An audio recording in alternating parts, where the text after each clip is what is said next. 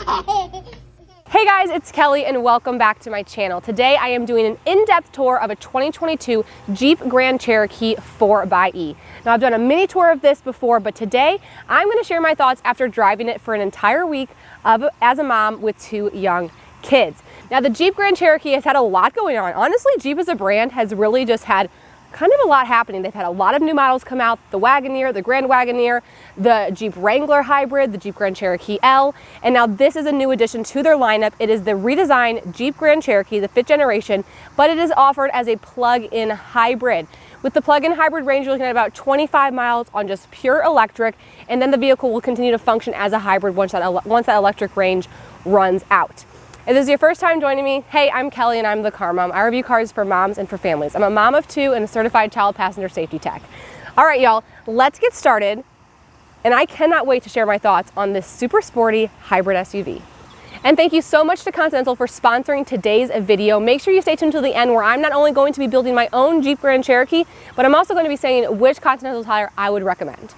Okay, so let's start with the exterior. Now this is the Summit Reserve trim, the highest trim offered on the Jeep Cherokee 4xe, and it is beautiful. This car is really trying to compete, and Jeep is hoping for it to compete with some of the other luxury plug-in hybrids, so things like the Volvo XC90 and the BMW X5. It's not trying to compete with like a Toyota Highlander, for example. This car is much more luxurious, much more expensive, better performance, so that's kind of who we're comparing it to, which is kind of new for Jeep. I mean, Jeep used to be kind of a little bit more of an affordable American brand. Now their vehicles MSRPs have risen significantly. So the question is, what are we getting with those higher MSRPs? Let's start by talking about the front end. So on the front end, you will find the signature 7-slotted Jeep grille, which I think looks great. I love the redesign of the Grand Cherokee. I think the entire car looks a little bit more beefed up. It looks a little bit more rugged, and it's kind of commanding the road a little bit more. So just to note, the cars are similar when you're talking about the L and the Standard. The L is a foot longer, but the styling is very similar. So now we have our 7-slotted grille with some nice chrome elements right here. The Jeep badging right here has just a subtle blue outline to kind of indicate that we are in that 4xe plug-in hybrid. And then we go down to this really intense lip, some nice little elements down here, built-in parking sensors, a little bit of a chrome detail, some really intense hood indentions right here. The hood is beautiful in this car. This entire car is just so beefed up. I actually love the exterior. Just wanted to take a second to look at both the headlights and the fog lights. A really slim design right here. It's really just encased into the body style, but I think overall the headlight design looks great. The headlines are not the focus of the front end. It would definitely probably be the grille or some of the aggressive hood lines, but I think they really look cohesive into the body. So let's just take a quick look at the tires. These are 21-inch rims, and they are paired with Continental cross contact tires. I think the wheel design on this is beautiful. I love the multi-spoke. I love the two-toned. So on the Summit Reserve, we definitely don't have like the most off-roading friendly wheels and tires. If you're looking to do more off-roading with this vehicle, probably the Trailhawk would be the better trim. But again, stay tuned till the end. I'll talk you through the trim levels. We have a little body color fender right here, and then we move into our plug-in hybrid found on this side. So it can be used with a level 1 or a level 2 charger. With a level 2 charger, you're looking at about 3 hours for a full charge. So when you think about like who is a plug-in hybrid right for, what's great about a plug-in hybrid is it kind of gives you the best of both worlds, especially with this car. You can use it as a regular hybrid or as an active hybrid, like using regenerative braking, making the car more fuel efficient. But you also have the option to plug it in probably in your home and give yourself that little bit of range. So if you're someone who has like maybe a 10 to 12 mile commute every day, you may be able to use a lot of just the electric range on your shorter commute. And for the longer drives, you could of course rely on the gas engine. So nice Grand Cherokee badging right here with the American flag. Again, this Grand Cherokee on the 4xe also has a little bit of a blue outline on it. A little chrome down here, some chrome and some chrome. I really like the addition of the chrome up here, but not on the bottom of the window. I think it really raises up the whole body style. Nice little subtle chrome on the door handles right here. And then we move into our back end. Okay, and then let's take a look at our back end. So again, we have our Jeep logo, our 4xe badging right here, some really skinny light bars, and then our Summit Reserve badging there as well. Back end is pretty simple, the back end definitely looks exactly like the old Grand Cherokee in my opinion. I think the front end and the side profile is where we're getting some more of the upgrades. But overall, I think the back end looks really great. Okay, let's get into the interior. We're gonna talk about some of the driver's comfort features, the safety features, and then we'll get to the second row and talk about the car seat setup. Okay, here's a shot of me in the driver's seat of this Jeep Grand Cherokee 4xe. Again, this is the highest trim level. This one has an MSRP of $79,000, which is a lot of money. Like, it's literally a ton of money. I do want to look at it through the eyes of comparing it to the BMW X5 or the Volvo XC90. Now, those are two of my favorite luxury hybrids out there, so I am kind of holding that car to a pretty high standard because I love both those cars, especially the XC90 and the BMW. So I need her to live up. Off the bat, this interior, let's look at the door panel kind of. This interior seems so controversial to me. I don't know how I feel about it. It's okay. It's pretty light. Like, it's definitely not too basketball orange, and I think the design of it is gorgeous. Like, I love this kind of diamond stitching right here, some of the gloss black that can be found here. I think I just was like maybe looking for a little bit more contrast, especially when you're looking at the wood trim. It seems just to be a little too tan. That's just me. I would prefer a little bit different of a design, but there's a ton of features to break down here. If we just look at our door panel, for example, we have massaging seats that can be found here, memory seats on both the driver's seat and the passenger side. Our side cubbies are not bad. I mean, that's pretty decent. And we have the Macintosh sound system found throughout the car as well. Macintosh sound system, probably one of my favorite sound system found in new vehicles. It is really, really top notch. Let me get you on the other side. We'll kind of get into the infotainment system and break down some of those features. Okay guys, here I am again in the Jeep Grand Cherokee. Really a lot to break down here. I mean, this car has so many features. Just off the bat, I met with like so many different screens and displays. It's honestly kind of crazy. So I have heads-up display right here that I'm obviously looking at. I've got a 10-inch digital dash right here. I actually really like the design of the dash. I think that it's really helpful. Like, I love how easily I can see my electric range. I like that I'm seeing my average MPGs, which ignore that because it's not really 21. We've been sitting for a long time.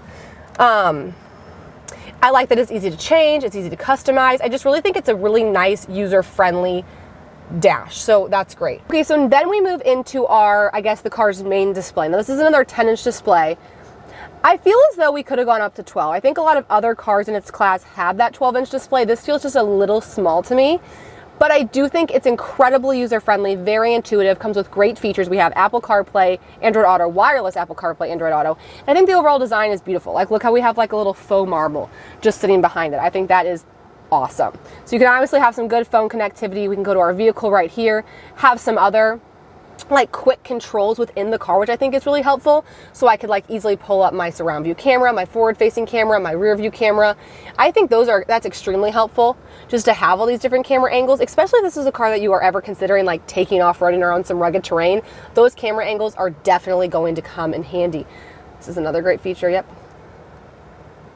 I mean, it's literally cameras galore. We can also go to some off-road pages right here, and then we have some information about the electric as well, just to kind of give you some information about how the hybrid powertrain is working. Okay, moving on down, we have our climate control right here. So we have ventilated seats, heated seats, massaging seats like I told you earlier, heated steering wheel, dual climate control, wireless charger, two USBs, two USB-Cs, an HDMI cord, and a 12-volt. So literally so much is going on. The one thing I want to say about this is really specific, but one thing I want to mention about the climate control, first of all, incredibly user-friendly. I really enjoy how easy it is to turn the air on and off. It just does not output a lot of air. I don't know what it is about this car. These vents are just, they're not big enough. I can't get it to like actually blow air on me. And I have the same ventilation problems in the second row. Like I said, I have two rear-facing kids. It's the middle of July in Missouri, so like we're in the 90s. My kids were sweating after like a 20-minute drive. I just feel like the ventilation in this car in both rows is just really lacking, and I just like wanted to point that out. It's something that I didn't typically think I would notice unless it was like that bad, and I feel as though it's like almost that bad. So just wanted to point out that ventilation. Some other things I like, let's kind of go back to talk about the hybrid portion of this. So obviously you have the plug-in hybrid, and then you can also use the regenerative braking to kind of charge the battery back up and use the vehicle like a hybrid.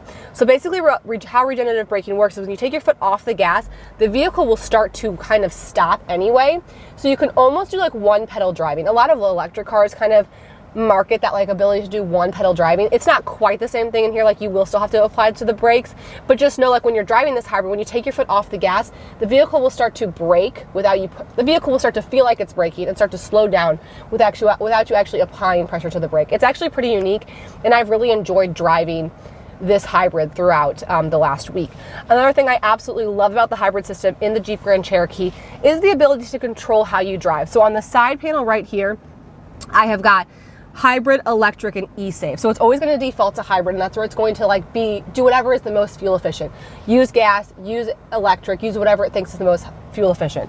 You can also go to electric, where then it will default to use as much of the electric battery as possible. And then the third mode is e-save, where e-save is where it will default to using the gas engine as much as possible. Jeep kind of designed it to be this way so that it could kind of put you in control on how you want to use your hybrid. So there's definitely benefits to maybe saving some of your electric motor, or there's benefits to using gas or using the hybrid, and Jeep kind of gave that power back to the consumer, which I think is really unique and kind of cool. Okay, so just a few more things that we can chat about up here before we head to the back row.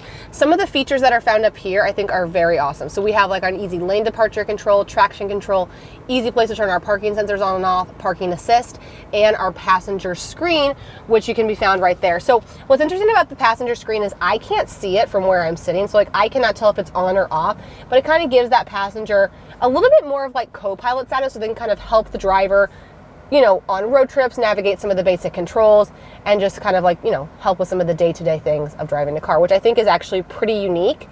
And I'm excited to see Jeep offer such a cool feature. I think that's definitely giving it competition to compete with some of the luxury cars. Here is our gear selector right here. Here's where we can control our suspension and our different driving modes.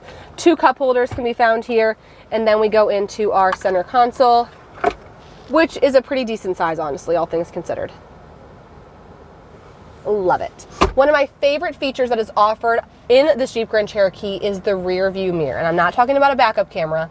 I'm actually talking about the rear view mirror. I love this feature, especially for family cars, because if you're going to be the kind of person who's going to have passengers driving in that second row, sometimes visibility can get obstructed. So I like being able to just flip this back and have a non-obstructive view of what's actually behind me.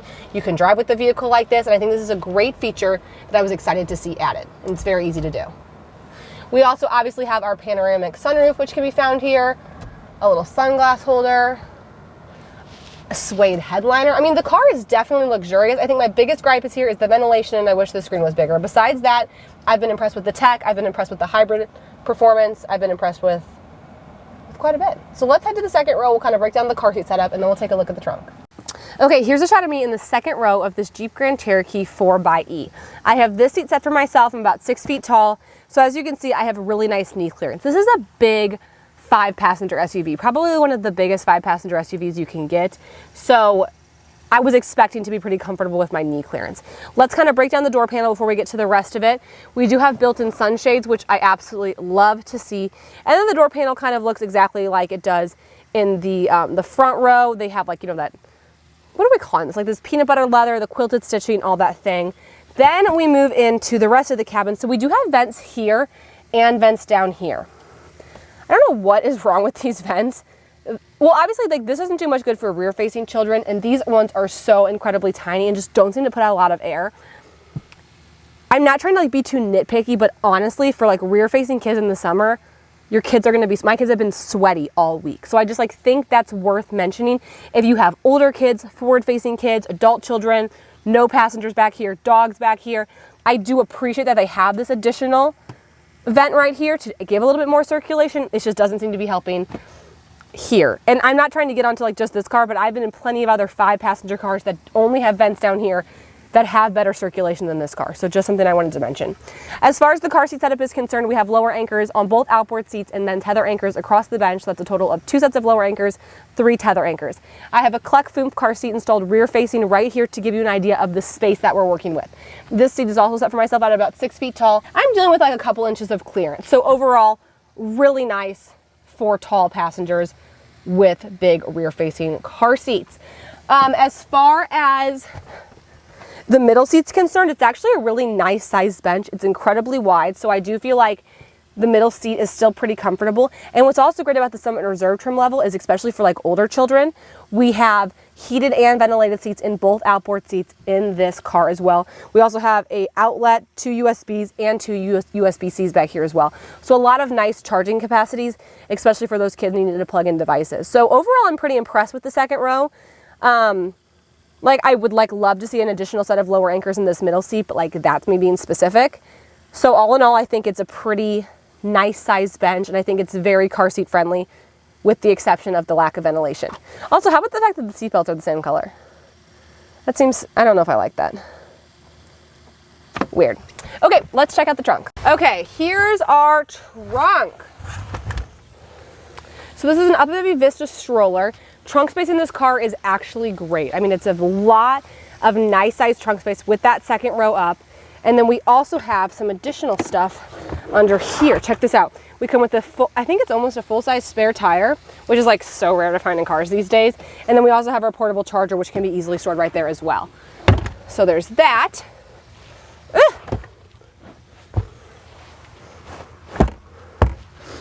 And then we also can find a 12 volt back here, which is super nice. And then we have some few tie downs as well. One really unique thing that you find in some of the Chrysler cars is they put their power tailgate on here instead of on top of here, but I think is actually genius, especially for people who maybe like aren't 6 feet tall, wouldn't have trouble reaching that, or for just like a mom with her hands full. I think having the button right here, being able to walk away, is such an easier way to close the trunk. So thank you guys so much for tuning in to check out this Jeep Grand Cherokee 4xe tour. Thank you so much for Continental for sponsoring today's tour, and I will talk to y'all next time. Okay guys, now let's talk about which Continental tire I would recommend for the Jeep Grand Cherokee 4xe. First thing you're going to do is go to continentaltire.com, and they make it so easy to shop for tires. They organize it in so many different ways to make it just a great shopping experience. You can search by vehicle, by tire size, or even by your plate to see what they recommend. I'm actually going to recommend 2 tires for this because I feel like you could be the kind of person who would potentially maybe want to do some light off-roading. So if that is the case, if you plan to maybe go over some light terrain such as gravel, grass, and you want the best tire, we would highly suggest the Terrain Contact AT. It is the perfect off-roading tire for, like I said, any of that lighter sort of terrain, but it also still is plenty good for any highway and city driving as well. If you don't plan on doing anything like that, any sort of light off-roading, we'd recommend the Cross Contact LX25. This is actually the tire that was on the vehicle that I drove for a week, and I feel like it is a great tire. It's an all-season tire. It has a really large rim size. It ranges from 16 to 20 inch, so it's very versatile across lots of different cars and lots of different rim sizes available on the Jeep Grand Cherokee. So anyway, those are the Continental tires we would recommend, and if you want to shop for tires, go to continentaltire.com. You can find a link in the description box below. Okay guys, we're going to build my own Jeep Grand Cherokee 4xe. So they give you like 5 different trim levels to kind of work with. Crazy, just like the differences in MSRPs. And kind of was surprised to see just kind of how some of them were broken down. And I was a little surprised to see like what you don't get until you get to some higher trim levels. I was surprised to see some safety features I feel like reserved for the higher trim. So I'm honestly not obsessed with the trim level breakdown. So if you remember, this is the one I was doing, the Summit Reserve, like too much. Like we don't need this, too much. I'm probably going to land somewhere in the Overland as far as like what I think is bang for your buck. You know, I try to keep this as like realistic as possible, and also like what do you need? And especially from a mom's perspective, like I want to make sure I have the convenience and safety features I need, and then try to save some money on like the luxurious tech features sometimes. But the fact that I couldn't even get the hands-free power tailgate until the Overland made me want to go there. I want the panoramic sunroof. So that's pretty much why I think I'm going to end up on the Overland. I do think the Summit is a good trim level. I think the Summit Reserve is probably not worth the extra money. So anyway, I'm going to go with the Overland. Again, I'm just not obsessed. The only $0 ad is the white, which I thought was kind of interesting as well. I don't know. I think all the colors honestly look pretty nice on this car. I think the body lines really look pretty. And really, no matter if you do a light or a darker color, I think I'm going to actually go with that gray color that I had because I just liked it. 2 different wheel options that you could pick. Well, I guess I have these actually because I went up to the this trim level. And then we'll go into interior. So when I get to interior, I can just choose between light and dark. I actually like the lighter color. It's kind of like more of a gray and less of like a beige. So I feel like you're not going to be as hot as you would be in a black car, but you're not like in a beige cave. So I actually like this option a lot, especially because if you remember from my review, I felt like the ventilation was not good. So I'm definitely going lighter interior. And then you have a few more like tech things that you can kind of add on. So like if you wanted to add some more of these features, you can. I mean, like here you have like night vision. I'm not going to add any of those because I really feel like this car is incredibly expensive and I'm trying to keep it a little cost effective. Nothing to change there. So that would bring, see, this is just crazy to me. This would bring my Jeep Grand Cherokee 4xe to an MSRP of $69,620 at the mid trim level, which is incredibly expensive, but I did really like the vehicle. I just think, remember, you're comparing this to a Volvo and a BMW, not to a Toyota or a Honda. So all that to be said, that's how I would build it out, and I'll talk to you guys next time.